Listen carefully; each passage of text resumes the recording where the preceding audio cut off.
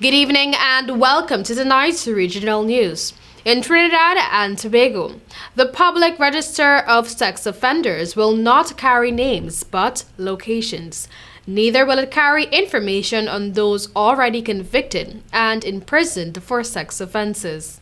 And discussions are ongoing to have laws in place to nail culprits engaging in voyeurism and to criminalize revenge porn, including leaking intimate pictures and videos of someone they know. There is currently no law for the latter currently in Trinidad and Tobago. Attorney General Faris Al-Rawi was piloting amendments to the Sexual Offences Act to establish a sex offenders register. Al-Rawi said thousands of people with convictions prior to coming into the force of the registers won't be listed on them. Offenders' full address won't be given either, only their area. He said this is to prevent victimization. Offenders can apply to the courts if they do not wish to be listed on the public register. Still in Trinidad and Tobago, the body of a San Fernando fisherman, Andrew Volman, washed ashore on Tuesday morning, 2 days after his fishing vessel was attacked by pirates and he was thrown overboard at gunpoint. Volman was in the company of a relative who was able to swim back to shore when the incident occurred outside of La Brea at around 9 p.m. on Sunday. His body was found in La Brea.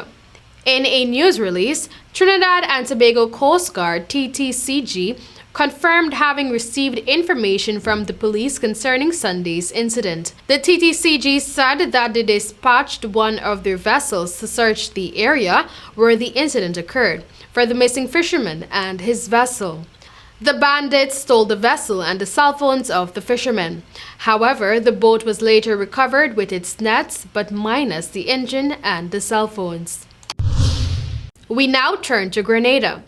Health authorities in Grenada have launched a game of chance as part of a strategy to lure more citizens to become inoculated with the AstraZeneca vaccine, which is currently the only vaccine available on the island, offering protection against COVID-19. Since Grenada began its vaccination program against the virus on the 12th of February, no more than 19,000 citizens have received the first dose, and a little more than 9,000 are fully vaccinated. Approximately 80,000 people are qualified to be vaccinated in the island. All persons who have been vaccinated will automatically be entered into a lottery draw, which will be done on the 27th of this month for 10,000 EC dollars, the Health Minister Nicholas Steele announced. Each dose will be valid for a ticket. A vaccinated person cannot opt out of the game, but will be allowed to pass the winnings on to a charity or refuse it. In Haiti, thousands of women and children have been displaced by gang violence in the Haitian capital this month, the United Nations Child Rights Agency has said, warning that a growing number of families in Port-au-Prince now lack clean water and other necessities. In a statement, UNICEF said on Tuesday, nearly 8,500 women and children have been displaced the last 2 weeks, as clashes between rival gangs broke out.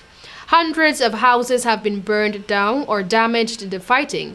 It comes amid months of political instability in Haiti and a recent surge in coronavirus infections. And internationally, France on Wednesday said it was ending the obligation to wear masks outside and would bring forward by 10 days the lifting of a nighttime curfew as COVID-19 infections fall and the country's vaccination drive picks up. Prime Minister Jean Castex said the requirement for people to wear masks outdoor would be lifted from Thursday, with some exceptions, while an unpopular COVID curfew will be scrapped on June 20. This comes after the health situation of France improved faster than expected, Castex said. Masks would still be required outdoors in crowded places and in stadiums. That was all for tonight's regional news. Thank you for joining.